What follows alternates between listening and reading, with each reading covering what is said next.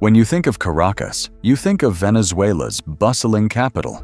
But behind the government buildings and shopping malls are makeshift housing complexes piled on top of each other, without addresses, without protection, and almost completely forgotten. You don't have to go far, just a few steps from the main boulevard, to enter another world where many people are born, grow up, and live their entire lives without ever being recognized. Everything is spontaneous. Barbershops, classes, flea markets all exist without any guarantee of tomorrow. Caracas has another side, and that's what you're about to see. Number 1. Identity under surge. On the outskirts of Caracas, amid narrow hillsides and unstable built-up terrain, the barrios are not only residential areas, but also cultural ecosystems. Despite their limited living conditions, these communities have developed a distinct identity, a blend of rural roots, urban influences, and local traditions. Every alley, every graffiti wall, and every music blaring from a portable speaker reflects a resilient spiritual life. Religion is the mainstay of social life. Families still maintain home altars and practice traditional Catholic rituals or blend indigenous beliefs. In large barrios like Petare, holding communal services is not only a spiritual activity, but also a way to maintain connections between hundreds of households.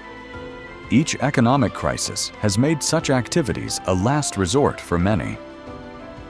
Meanwhile, visual art, particularly murals and graffiti, has become the most popular form of expression. Local groups of artists use public spaces to tell history, make social statements, or convey hope for change. A study from the Central University of Venezuela found that more than 68% of barrio murals address social justice education or community life.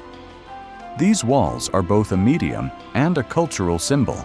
It is noteworthy that barrio residents do not wait for support from outside organizations to preserve their culture. They design their own cultural education programs for young children, organize mobile reading groups, or set up temporary stages for performances. The question is, when material conditions are not guaranteed, what keeps the will of the community from collapsing? It is cultural identity created by the need to affirm existence that plays a central role.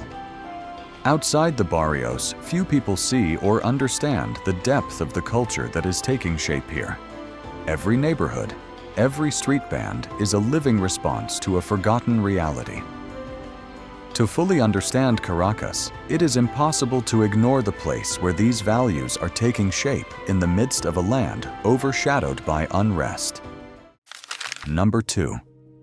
Limitations on paper. The legal status of Caracas's slums is one of the biggest barriers to moving from precarious living to sustainable development. The lack of legal ownership of housing and land has left millions of barrio residents in a legal limbo, living in a stable but not officially recognized state.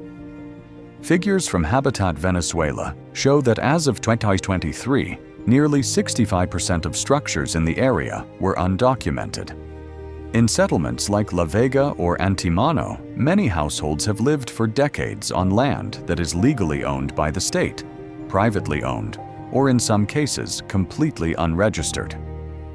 As a result, they cannot use that property to obtain credit, renovate their homes, or claim official public services, such as water and electricity. When water pipes burst or makeshift electrical systems fail, appealing to the authorities is often impossible because the housing estate itself is not on the administrative map.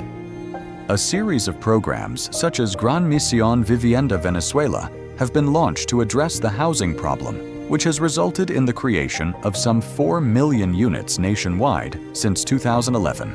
However, only a small fraction of these units have been allocated to the original barrio residents, with the remainder often tied to political preferences or opaque administrative allocations. There have also been cases where barrio residents have been moved to new apartment complexes without being given full ownership documents, leaving them in an insecure legal framework. On the other hand, the procedure for legalizing land, despite the support policies, is hampered by complicated processes, hidden costs, and administrative barriers. Registering ownership requires many original documents, while most barrio residents have no land titles, no sales contracts, and in many cases, no full identity papers. So the question is, how can someone without an administrative identity claim citizenship? Ambiguous legal status not only makes it difficult to improve one's living standards, but also creates conditions for dependence on informal mechanisms to maintain livelihoods. When citizens' rights are frozen on paper, people will seek other informal options to survive. And this is reshaping the social structure of the barrios. Number 3. Unofficial life. The social system in the barrios is not based on formal administrative mechanisms, but on personal relationships, local organizations, and decentralized networks. When public institutions weaken, the barrio residents themselves reconstruct the social order in their own way.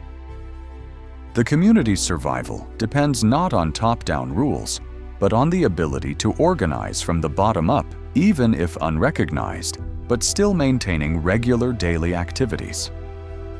Many barrio residents lack access to formal welfare systems due to a lack of documentation, a steady income, or a legal address. In this context, community networks have emerged as alternative support mechanisms.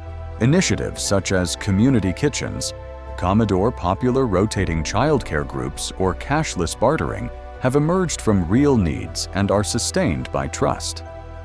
In Katia or 23 de Enero, the sharing of rice cooking oil medicine or home repair services is a daily occurrence among households. A study by Caracas Me Convive found that between 2020 and 2022, the number of barrio soup kitchens more than doubled to more than 340 across the city. Each of these kitchens provides an average of 200 meals a week, mostly to the elderly, children, and single women. This is not a charity model, it is an alternative social structure that actually works. Individuals who hold community leadership roles, such as priests, neighborhood leaders, or food group leaders, fill roles that government cannot. They mediate disputes, coordinate aid distribution, or solicit support from NGOs. In some cases, this informal social power intersects with other influential groups, resulting in a situation of local control where the rules are set by the community itself. The existence of an informal social order is both a solution and a problem. It maintains stability in the short term, but at the same time reinforces the status of being outside the formal system.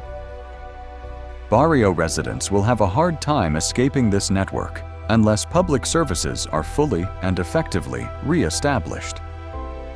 Have you ever wondered what happens when an entire generation grows up without ever seeing an effective public institution? While the rest of the city operates according to a political logic, the barrios operate under a parallel system. This order helps sustain life, but it also blurs the lines between civic rights and community obligations. And their livelihoods do not follow the bureaucratic path they open up in other directions. Number 4. Parallel economy. In the barrios of Caracas, the economy does not operate according to formal market laws, but exists as a separate ecosystem where there are no labor contracts, no tax receipts, but money and value are exchanged every day. As the national economy sank into hyperinflation, currency devaluation, and severe shortages of basic goods, barrio residents created a new survival mechanism, a parallel economy closely tied to the need to survive and innovate from the ground up. The most common economic activity is retail trade. From home-cooked food to recycled household goods, thousands of street vendors occupy every corner of the barrio, forming an informal distribution network. In Petare, Caracas's most populous barrio, up to 40% of workers are involved in street trade, according to a survey by the Caracas Federal District 2022. Many start with less than $10 and maintain a subsistence income by reinvesting daily. In addition to trade repair services, hairdressing and plastic or metalworking are also thriving. Women in particular play a central role in this informal economy. A study by CEPADS found that more than 65% of household economic activities in barrios are run by women, from selling cornbread, sewing, cooking, to order to managing rotating financial support groups. In a context where men often have to migrate to find work or cannot access employment opportunities, women become the economic pillars. The biggest obstacle, however, cannot be overlooked: currency devaluation. The bolivar has steadily depreciated over the past decade, making cash transactions inefficient. Many barrios have switched to using US dollars for day-to-day transactions, but not everyone has access to foreign currency. Barter exchange of services or small-scale internal credit are increasingly common. A household might provide a meal in exchange for roof repairs or sell food on a weekly installment basis. An important source of additional income comes from remittances. In 2023, Venezuela received more than $4.2 billion in remittances, most of which went directly to informal settlements, like barrios, according to a report by the Migration Policy Institute. This is a source of finance that not only helps families survive, but also helps small investments in businesses, home repairs, or children's education. Remarkably, remittances are more stable than subsidies. From a policy perspective, the existence of the informal economy in barrios represents a persistent governance vacuum. But for residents, it is not just a temporary solution, it is a resilient system that has been sustained over generations. When formal employment opportunities are no longer a reality, when support programs fail to reach their doorsteps, barrio residents have chosen to build their own economic ecosystem. Number 5. Circuit breakage service. A society cannot function without basic services. In the barrios of Caracas, access to education, healthcare, and public infrastructure is precarious, sometimes down to pure luck. When the pillars of public services crumble, barrio residents face not only inconvenience, but also long-term consequences for their workforce, public health, and the development opportunities of the next generation. Public education is free in theory, but in practice it is severely lacking. Schools in barrios often have insufficient teachers, run-down facilities, and almost non-existent learning materials. Figures from Venezuela's Ministry of Education show that in the 2022-2023 school year, the dropout rate in informal areas like La Dolorita exceeded 30%. Many children, instead of attending class, are helping their families make a living from selling goods to babysitting because household incomes are not enough to cover basic expenses like books and uniforms. Public health services suffer similarly. Primary healthcare facilities in barrios often lack drugs, equipment, and doctors. Access to central hospitals requires transportation that most barrio residents do not have, along with long wait times and the risk of having to buy drugs at high prices outside the system. A 2023 report by Médicos Unidos found that more than 60% of informal sector residents self-medicate at home or seek care at non-governmental health facilities for basic conditions. When preventive services are disrupted, the consequences are long-lasting in the form of disease, malnutrition, and untreated chronic conditions. One notable feature is that community organizations have gradually replaced the role that used to belong to the state. In many barrios, makeshift NGO-funded clinics or mobile health campaigns are becoming the main points of healthcare for residents. Although small and uneven in scale, they are a rare bright spot in an otherwise overburdened system. Next is the problem of public infrastructure. Power outages and lack of clean water are common, especially in peri-urban areas such as El Valle or Macarao. A 2023 Provia survey found that 58% of barrio residents do not have regular access to running water, forcing them to travel long distances to fetch water, or buy it from private sources at 3 times the cost. Inadequate waste collection causes pollution, leading to respiratory and sanitation problems. This situation is not only inconvenient, but also directly affects labor productivity, school health, and overall quality of life. Without effective public services, barrio residents have resorted to improvised solutions, hand-drilled wells, temporary power connections from nearby stations, or group garbage collection. But how long can these temporary solutions last when the barrio's population growth continues to outpace their ability to organize themselves? Every day that passes without proper infrastructure investment adds another layer of burden to a community that is already struggling to make ends meet. Number 6. Reverse infrastructure. Caracas is a city with a peculiar structure.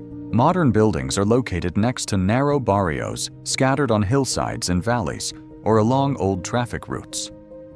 This discontinuity is evidence of a failure of urban planning. Half the city is planned and invested in, while the rest expands spontaneously, without direction and without minimal infrastructure support. The development of the barrios did not follow any building plan. Most of the original inhabitants came from the provinces, built temporary houses on unoccupied land, and then expanded according to the needs of their families and communities. Areas such as San Agustin or Coche gradually became large residential clusters without any formal water supply, standard roads, or waste disposal systems. Each household connected itself to electricity-shared water pipes from the main road or drilled a well by hand. During heavy rains or mild earthquakes, landslides can occur due to the weak soil structure and lack of proper foundation design. City governments have often lacked the resources or the political priority to intervene directly in these areas. Instead of improving basic infrastructure, a large portion of the budget has been spent on large-scale infrastructure projects in the city center, such as metro lines, shopping malls, or iconic public buildings. Meanwhile, the barrios have continued to expand unchecked, creating off-the-map areas in the heart of the city. The question is, can it be called planning when almost half of the city is not included in the plan? Another factor that cannot be ignored is the political dimension of infrastructure allocation. Many housing, electricity, and water programs are implemented under a registration system linked to the Patriot Card, a kind of mechanism for tracking and confirming citizens' political commitment. While the original goal was to organize the efficient distribution of resources, the way it was implemented left many barrio residents excluded from the priority list because they did not participate in the system. This inadvertently turned access to infrastructure into a political tool rather than a basic public service. A clear example is the water system in central areas like Chacao. The percentage of households with continuous water supply is 92%, while in barrios like El Junquito, it is less than 30%, according to 2023 statistics from Monitor Ciudad. This is not simply an infrastructure gap. It is an institutional gap in access to basic civil rights. When infrastructure does not grow with population, barrio residents must continue to build makeshift structures, make constant repairs, and accept long-term risks. In effect, they live in a reverse urban architecture where communities form first and infrastructure and services never catch up. And when basic needs are ignored, the consequences spread to the formal sector of the city, directly affecting urban sustainability. Number 7. Media face. The image of Caracas's barrios is shaped not only by policy or reality, but also by how the media portrays them. The media acts as a lens. It can clarify reality, but it can also distort or obscure the whole picture. What audiences inside and outside Venezuela know about the slums largely comes from two conflicting sources of information, and sometimes does not fully reflect life inside. State media tend to portray the barrios as symbols of political cohesion, popular unity, and the achievements of the socialist system. public television programs often report on food distributions, community activities, or folk festivals held in these neighborhoods. In such reports, the barrios appear as active members of the Bolivarian Revolution, where loyalty to the state is rewarded with material support. In contrast, international media coverage of the barrios has tended to focus on the crisis migration, lack of services, and harsh living conditions. Reports from CNN Al Jazeera and Deutsche Welle often focus on the collapse of public infrastructure, social tensions, or the challenges facing the population. This approach casts the barrios as examples of the failure of the country's economic and governance systems. While much of the coverage is true, the repetition of a negative narrative makes it difficult for audiences to see the cultural diversity and vitality that exists within these communities. There are also efforts by independent media or documentaries made by local people trying to build a more balanced image.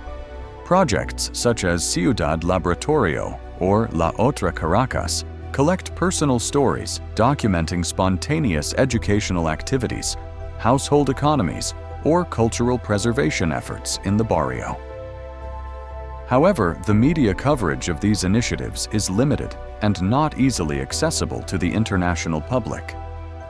The impact of the way the barrio is framed by the media is clear. For most Caracas residents who live outside these areas, the barrio is associated with prejudice. This affects employment opportunities, mobility within the city, and even access to welfare programs. For international investors or aid agencies, the image of an unstable area makes them reluctant to approach, even though there are thousands of people organizing and finding their own way. The problem lies not only in what is said, but also in what is left out. Number 8. Escape from the stability trap. Moving a community from passive existence to active development requires more than slogans or one-off policies. In the barrios of Caracas, getting out is not just a physical concept, it is a process of removing layers upon layers of legal infrastructure service and planning barriers. Only when these are overcome in parts can the foundation for real change be created.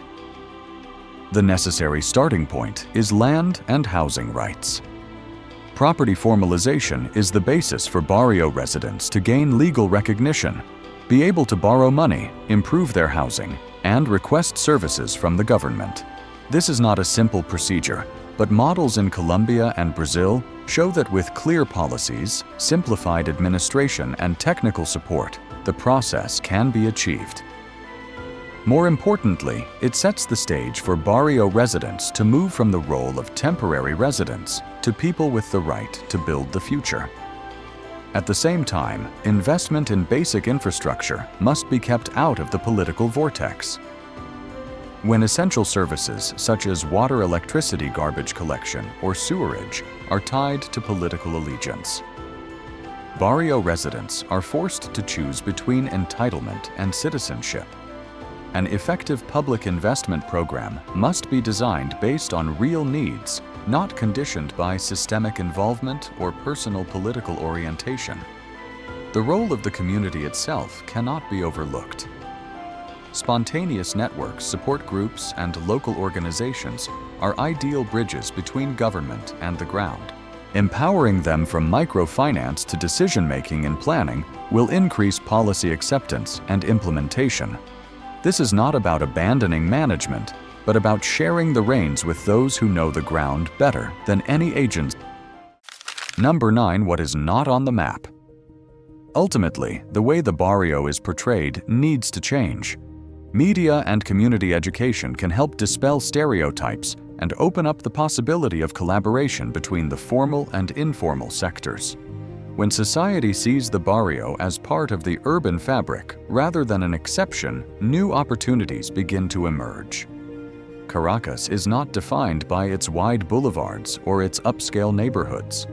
The barrios that weave through the hillsides are the neglected urban fabric where people still live, learn, work, and organize their communities. No system is complete if millions of people exist outside of the law, infrastructure, and public services. The more we look at this reality, the more we understand that the solution lies not in isolation, but in connection between policy and practice, between the center and the periphery, between observers and insiders. If the stories you've heard offer a new perspective or raise questions about places once considered off the beaten path, leave a comment below. We'd love to hear what you think. Don't forget to like and share the video so more people can see it, and subscribe to the NVL Travel Documentary channel to continue exploring these lesser-known but valuable places. Perhaps what we once thought was off the map is the part that has never been properly mapped.